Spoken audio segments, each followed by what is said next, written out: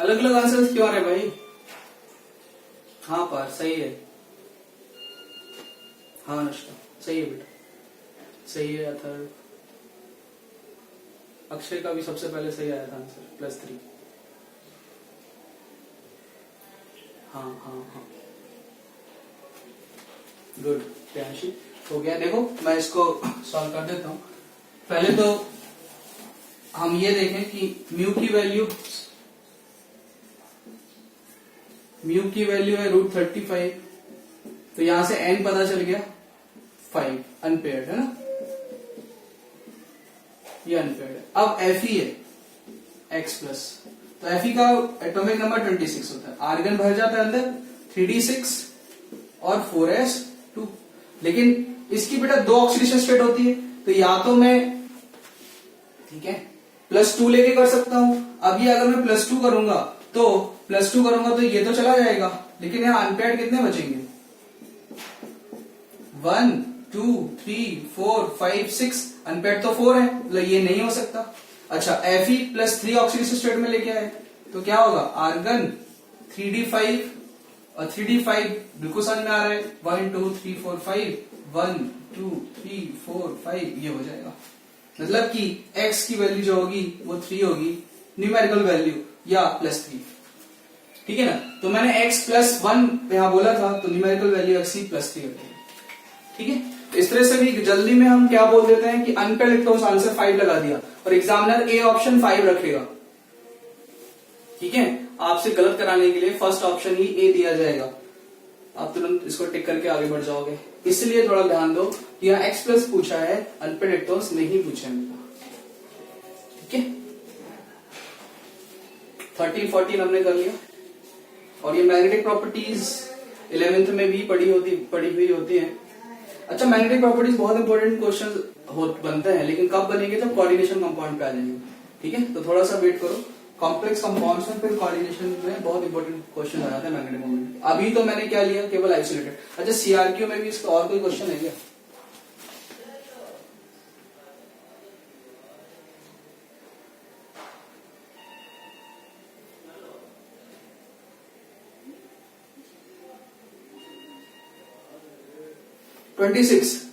Question number 26।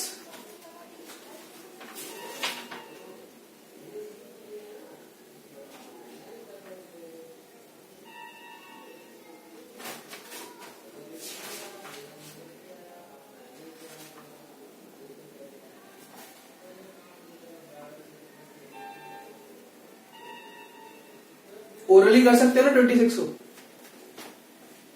बहुत easy है। क्या बोला था? Magnetic moment of a transition metal ion is found to be 3.87। 3.87। The number of unpaired electrons present in it 3।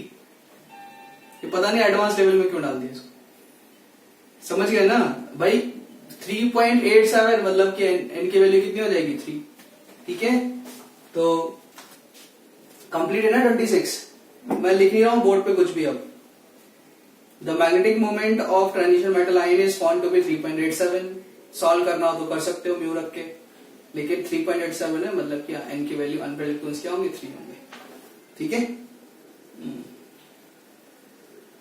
Okay question number 23। Question number 23 करो। Different या variable oxidation state is shown by transition elements. Different और variable oxidation state is shown by transition elements. It is due to the fact.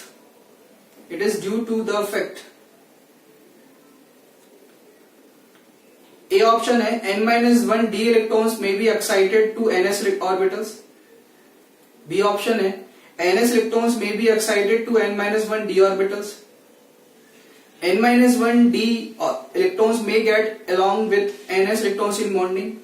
none of the facts is correct. Correct answer क्या होगा बेटा? सही है, C answer होगा। n-1 d सब shell के electrons और ns के इलेक्ट्रॉन्स क्या करते हैं बेटा? पार्टिसिपेट करते हैं, सी। तो C is the right answer for 23, है ना।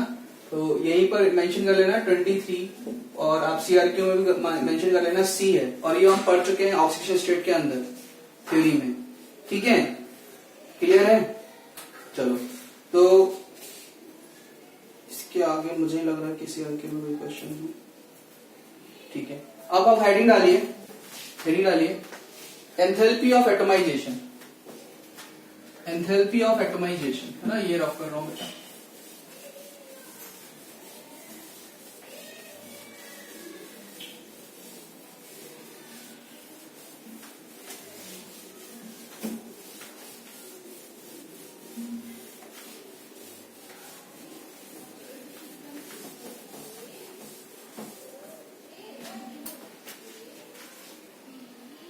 नेक्स्ट प्रॉपर्टी जो है वो है एंथैल्पी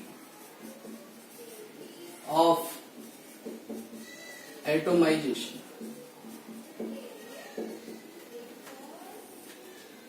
एटमाइजेशन एस भी ले सकते हो, जेड भी ले सकते हो, कोई प्रॉब्लम नहीं। एंथैल्पी ऑफ एटमाइजेशन, ठीक है, ये किसके जैसी प्रॉपर्टी है बेटा? मेटेलिक करेक्टर है ना, like melting point, it is a metallic character, metallic character like melting point. और heat of atomization, enthalpy of atomization को आपने कोऑर्डिनेशन थर्मोडायनेमिक्स में, थर्मोकेमिस्ट्री में पढ़ा होगा। थर्मोकेमिस्ट्री में देखो, मेटल को हीट करो और उसको एटॉमिक फॉर्म में कन्वर्ट करना है हीट करके, तो ये तो किसके जैसा फॉर्म हो गया बेटा? ये हो गया मेल्टिंग पॉइंट के जैसा। मतलब ये डिपेंड किस पे करेगा? एक तो पैकिंग पे डिपेंड करेगा और दूसरा डिपेंड करेगा मेटल मेटल बॉन्डिंग पर। तो जैसे जैसे नंबर ऑफ अनपेयर्ड इलेक्ट्रॉन्स बढ़ेंगे, मेटल मेटल बॉन्डिंग क्या होगी? बढ़ेगी। मेटल मेटल बॉन्डिंग बढ़ेगी तो हीट ऑफ एटमाइजेशन या एंथैल्पी ऑफ एटमाइजेशन इंक्रीज करेगा। मतलब स्कैंडियम से लेकर क्रोमियम तक इंक्रीज करेगा और क्रोमियम से लेकर जिंक तक डिक्रीज करेगा। लेकिन मैग्नीज का कम होगा, क्यों? क्योंकि उसका टिपिकल स्ट्रक्चर है, उसका सॉलिड स्ट्रक्चर डिफाइन नहीं है।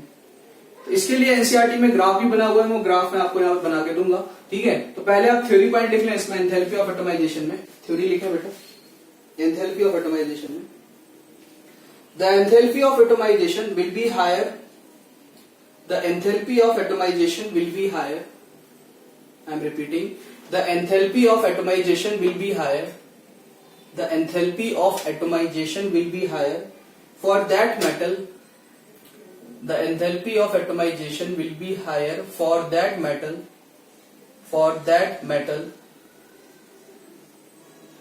which has higher number of unpaired electrons, which has higher number of unpaired electrons, which has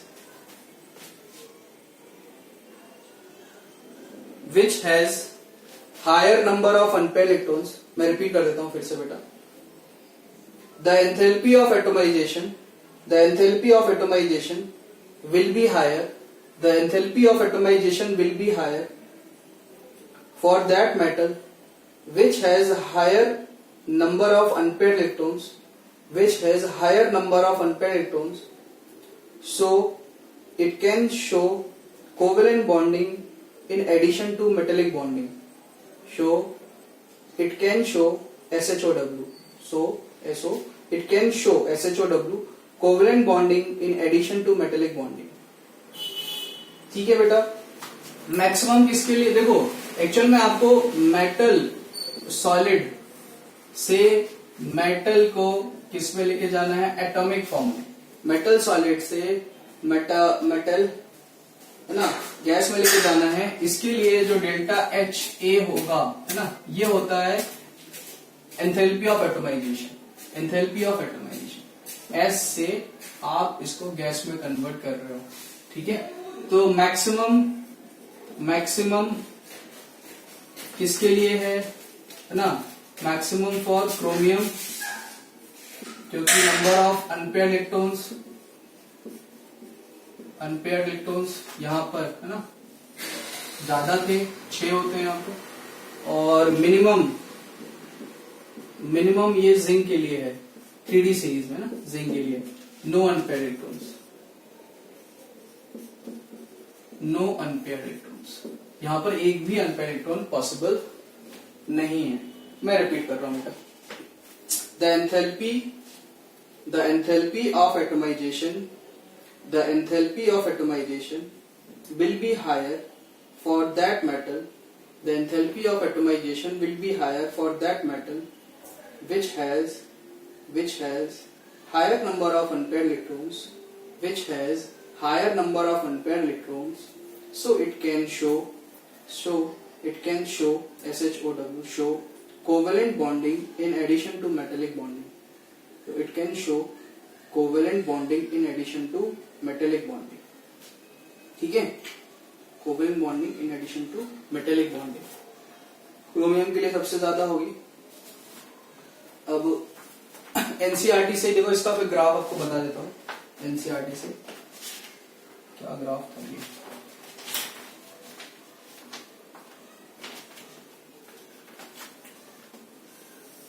आप चाहो तो केवल देख लो, ड्रॉ नहीं करना है ना, और एनसीईआरटी से स्टडी कर सकते हो। यहाँ पर ये की वैल्यू डेल्टा एच दिया है बेटा, डेल्टा एच दिया है किसमें, किलोजूल पर मोल में, ठीक है, मोल इनवर्स, और नीचे दिया है atomic number Z, atomic number Z, ठीक है। तो वही ऐसे इंक्रीज करेगा, पहले ये क्रोमियम तक, ठीक है, स्कैंडियम से क्रोमियम, फिर ये डिक्रीज करेगा मैग्नीज, फिर ये इंक्रीज करेगा, ठीक है, किसमें इंक्रीज करा, आयरन के लिए, फिर थोड़ा सा इंक्रीज करके डिक्रीज हो जाता है बेटा, ठीक है। ये लास्ट में जिंक होगा यहाँ, मान लो यहाँ कॉपर है और मनफे हो, ठीक है। इस तरह से ये वैल्यू चेंज होगी। एक मिनट बेटा,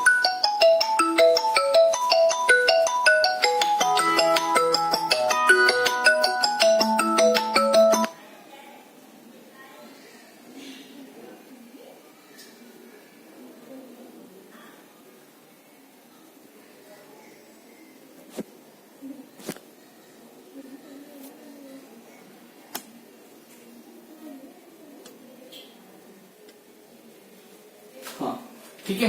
तो ये ग्राफ आपने देख लिया होगा। अब जैसे मैं इसके आगे ऊपर वाली सीरीज का ग्राफ बनाऊं, ठीक है, तो वो कैसे जाएगा, वो भी इसके ऊपर रहेगा और नीचे ऐसे, ठीक है, इतने ऊपर नहीं ले जाना इसको, और फिर ये यहाँ पर नहीं क्रॉस करेगा। तो इस यहाँ पर कौन सी आपकी हो गई, स्टैंडिंग के नीचे ट्रिबियम वाला है ना, और करोड़ मोल मोलिब्डेनम, और यहाँ Mn था तो Tc आ जाएगा बेटा, Tc। तो इस तरह से ग्राफ ड्रॉ नहीं करना, आप एनसीईआरटी से इसको देख लेना, ट्रेन स्टेट एंथैल्पी और एटोमाइजेशन में, ठीक है, क्लियर। तो सीआरक्यू में कुछ क्वेश्चन दिए गए हैं, देखना सीआरक्यू में क्वेश्चन नंबर 4 और 5, हाँ बोर्ड लेवल क्वेश्चन है 4 और 5। बाकी इसके ऊपर जो होता है वो कुछ ऐसे जाएगा ना, ऐसे। यहां पर सबसे टॉप पे टंगस्टन आता है, ये लेंथेनम है, फिर ये नीचे हो जाएगा।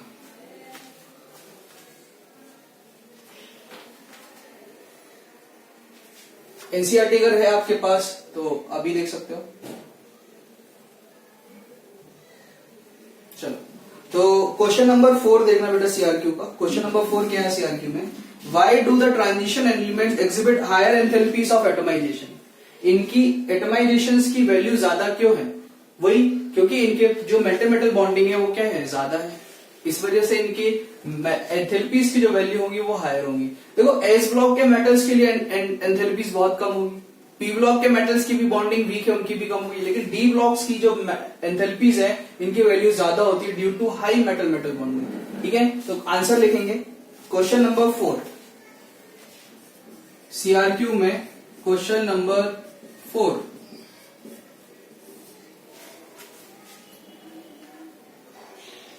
अनपेयर्ड इलेक्ट्रॉन्स तो है ही नहीं ना बेटा, नो अनपेयर्ड इलेक्ट्रॉन्स, मैंने नंबर नहीं लिखा है, no unpaired electrons. Zinc D10H2 configuration है, जिंक अगर D10H2 कॉन्फ़िगरेशन है तो यहां पर एक भी अनपेयर्ड इलेक्ट्रॉन नहीं होगा, क्लियर है। चलो नोट करना बेटा, क्वेश्चन नंबर 4 का आंसर, क्वेश्चन नंबर 4 के लिए आंसर नोट करें, transition elements have high effective nuclear charge, transition elements have high effective nuclear charge and a large number of unpaired electrons.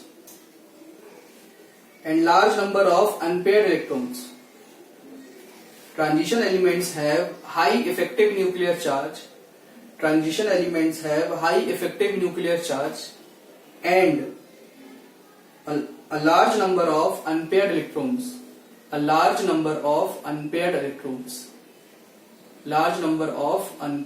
electrons. ठीक है, large number of unpaired electrons. आगे लिखें. Therefore, they form very strong metal-metal bonding. Therefore, they form very strong metal-metal bonding.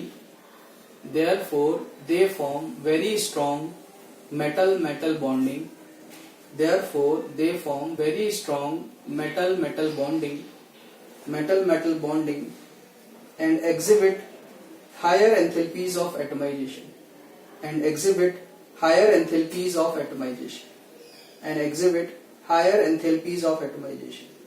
ठीक है, मैं repeat कर रहा हूं पॉइंट को.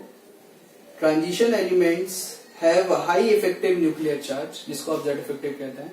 Transition elements have high effective nuclear charge and a large number of unpaired electrons. Therefore, they form very strong metal-metal bonding. And exhibit higher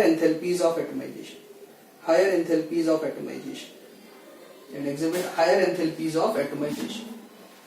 ठीक है बेटा. इसी में देखो CRQ का एक और क्वेश्चन है और वो क्वेश्चन नंबर 5 है. ठीक है, वैसे तो अपन डिस्कस कर चुके हैं. क्वेश्चन नंबर 5 है, in the series scandium to zinc the enthalpy of atomization is zinc is lowest. दिखाना बेटा, minimum for zinc, no unpaired electrons. तो लोएस्ट किसके लिए है? जिंक के लिए है. 126 किलोजूल पर मोल. वाई? जिंक के लिए मिनिमम क्यों है? बिकॉज जिंक में एक भी अनपेयर्ड इलेक्ट्रॉन नहीं है. जिंक की जो मेटल बॉन्डिंग है वो कैसी है? वीक बॉन्डिंग है. इसलिए उसको आसानी से आप गैस में कन्वर्ट कर सकते हो थोड़ी सी हीट देके. तो सबसे लोएस्ट, सबसे मिनिमम जो हीट ऑफ एटमाइजेशन होगी वो किसके लिए होगी? जिंक के लिए होगी. क्लियर है? ठीक है, तो इसका आंसर आप लिख लेना बेटा. Question number 5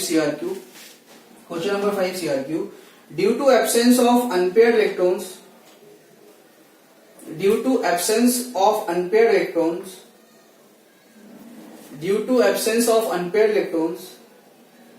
the metallic bonding is weakest in zinc. Due to absence of unpaired electrons, the metallic bonding is weakest in zinc, and as a result, it has the least enthalpy of atomization.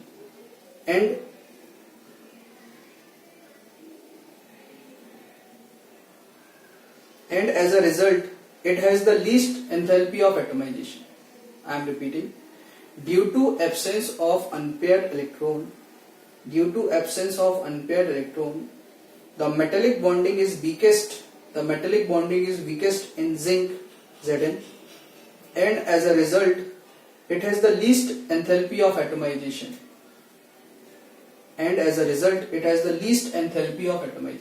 ठीक है, board level के हिसाब कई question है ये.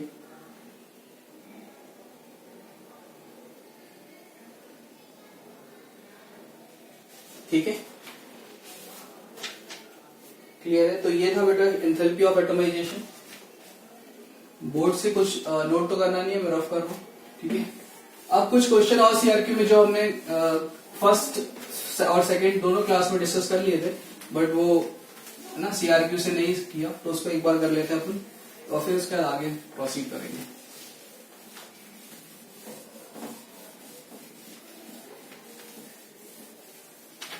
देखिए, question number 2, CRQ का question number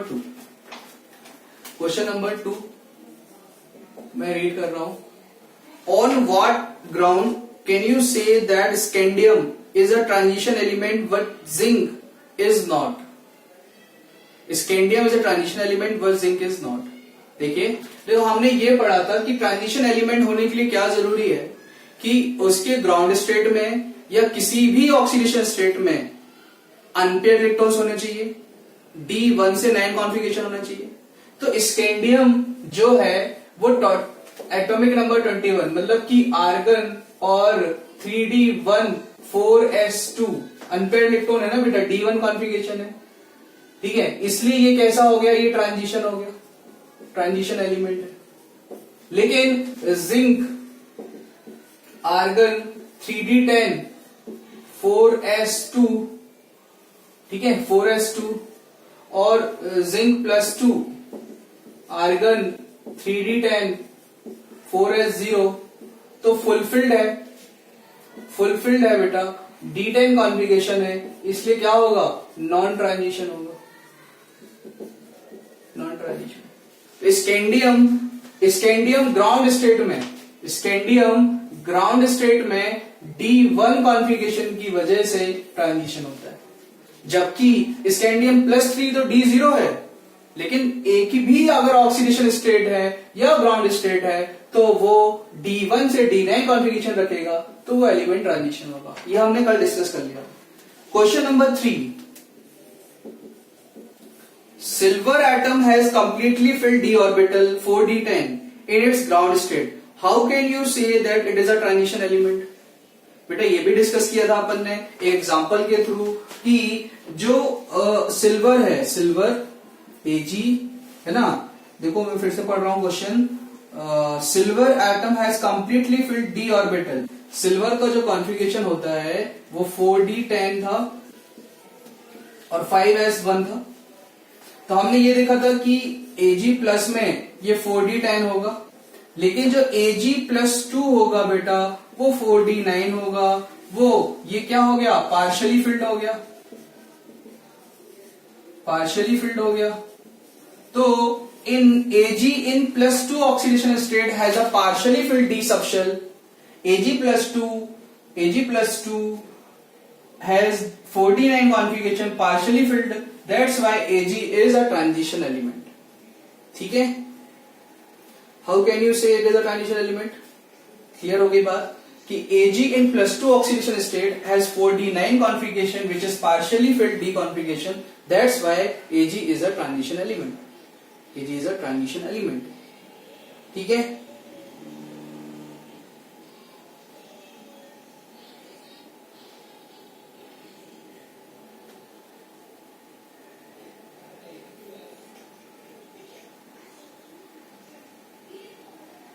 अब 7 बताओ, 7 क्वेश्चन नंबर 7।